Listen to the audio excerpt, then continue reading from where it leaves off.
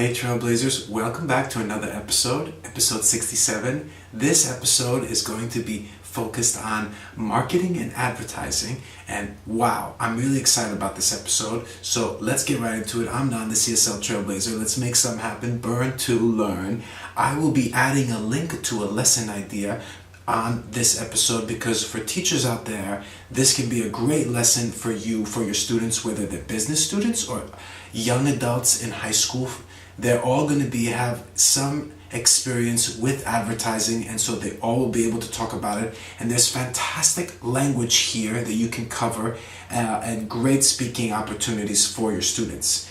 For those of you watching this episode who are English learners, this is also a great episode for you because I'm going to be covering a lot of vocabulary, descriptive adjectives, and other words that are very closely linked with marketing and advertising and that you could probably also use in other contexts except the one that I'm using today. So pay close attention to the words. They're all in the notes of this video below, and if you need more examples or more definitions, then you can look it up. Alright, that's what Google is for. I'm here to just introduce you, remind you, because for fluency, if that's your goal, you need to be able to expand your vocabulary and include such words as the ones I'm going to be describing to you. So without further ado, burn to learn, build that momentum, here we go. So when we're talking about advertising, we have to introduce some descriptive adjectives that are usually associated with advertising and commercials. Now remember, when we're using the word commercial, we're typically talking about TV and radio, but we've moved way past this ubiquitous type of advertising. That's my first word for today, ubiquitous. It means that it's present and appears everywhere. The commercial, the TV, generic TV and radio commercial. Now, with more and more of us online, we're getting exposed to a different kind of advertising, and I will give you a few examples. So there's the user-generated ads that I will describe, but also the affiliation ads and the recommended or sponsored ads that you get through your phone or computer based on the websites and the cookies that are collected from the websites you visit, okay? So the user-generated ads are the ones where a company or a brand encourages the people who are visiting their site or buying their products to share with the world, so to speak, how they use the product or how the product benefits them, okay? So if you're, for instance, an energy drink, you get all the people that drink your energy drink who buy it to, post on Instagram or social media how the drink helps them or why it's something that they buy. And it's the users who are creating the buzz, that's the word, buzz, around the product, okay? That's a vocabulary word, by the way. When people are buzzing around a product or an event that's coming up or that exists, it means that they're excited and enthusiastic and are anticipating it, can't stop talking about it, okay? If you are buzzing, you are excited yourself about the event or what's coming up and what you're going to be doing, okay? Buzzing. There is a buzz around it if it's bigger than just one person, okay? So that's the user-generated ads, but we also have recommended ads. Now these are a bit on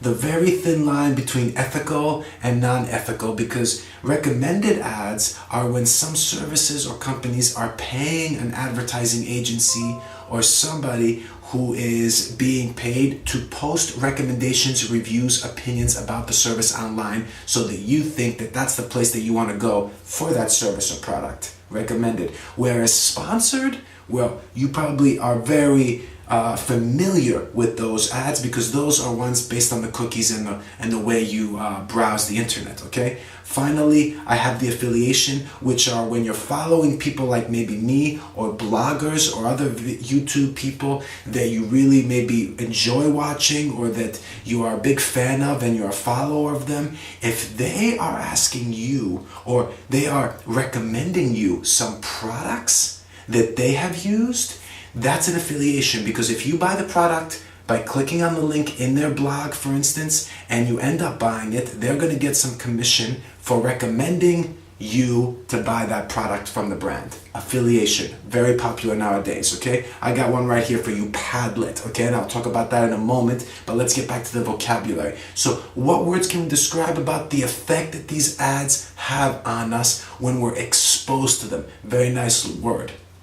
Here we go. Here's some language you can use. So irritating, compelling, invasive, disturbing, unavoidable, repetitive, catchy, distracting, disappointing, convincing, infuriating, effective. So nice language that you don't have to only use with regards to advertising, but in many other contexts too. Now, these words you're probably familiar with and you know them, but are you using them? Most likely you are not. So the context here is advertising, and you can make some sentences if you're an English learner to practice the use. Now, I think for most of these words, you're going to know what they mean. But again, invasive, invasion, think of the word invasion like a country invading another country. Invasive means like it's about your privacy. So if you're on your social network where you feel like this is a private area where you want to look at things that are just for you, and you're getting sponsored ads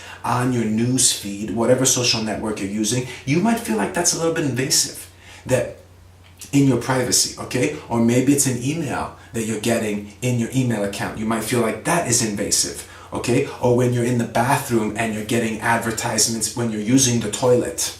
Unfortunately, that's the reality of the 21st century, right? Okay, so that's invasive. Distracting, right? So again, this means it grabs your attention maybe when it shouldn't. Like let's say you're driving and there's a billboard, or even now those digital billboards, you know, the ones that like show actual video of the advertisement on a big screen while you're driving on the road.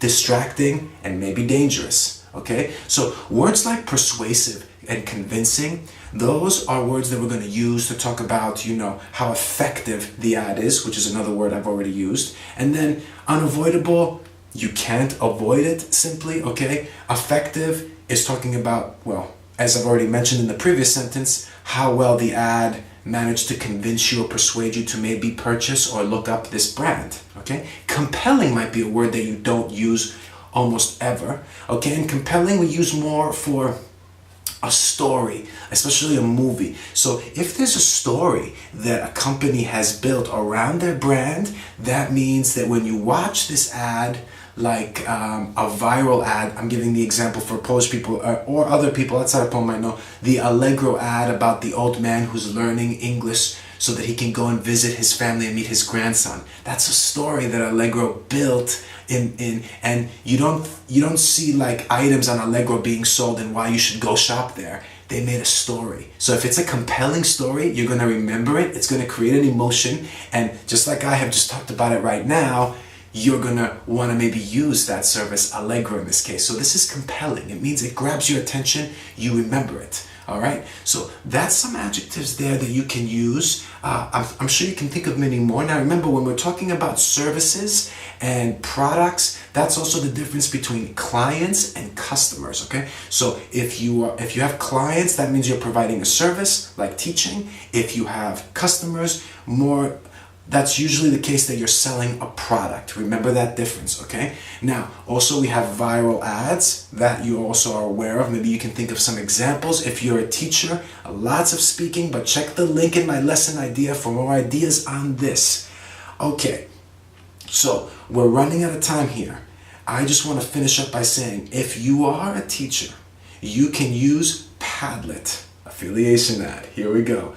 For your classroom, especially on this type of lesson, because the Padlet is a wallpaper that you have up on the board digitally on the projector from your computer, and your students have the website that you have created just for that wallpaper, and then you ask your students to post video, pictures, images, text, whatever they want that represents something that you want them to show you that they understand. So if it's on advertising, this is fantastic because students can post individually or in pairs or in groups the types of ads that they think are the most effective or ubiquitous or convincing or repetitive or infuriating or persuasive. Examples of different types of ads like the ones that I have given in this video. So there's more here, but you can practice the vocabulary by asking your students to explain what adjectives describe the type of ad that they're posting,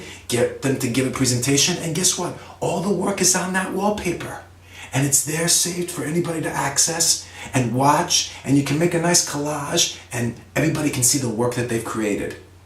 And everybody gets to see it in that classroom. So I'm a big fan. I use it for a lot of stuff, and I think if you're a teacher out there, you can use it. And if not, you can use it individually to make presentations about things that are very visual in nature.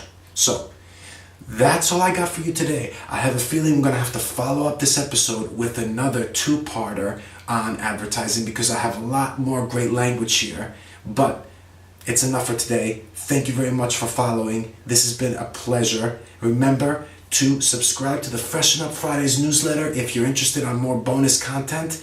Every Friday, I got you covered. I got you, I got you, I got you. So keep on subscribing and following these videos. Thank you very much. Have a great week. Be proud, teachers. I'll see you back next week for another episode. Thank you. Take care. Build that momentum. Let's make something happen. See ya.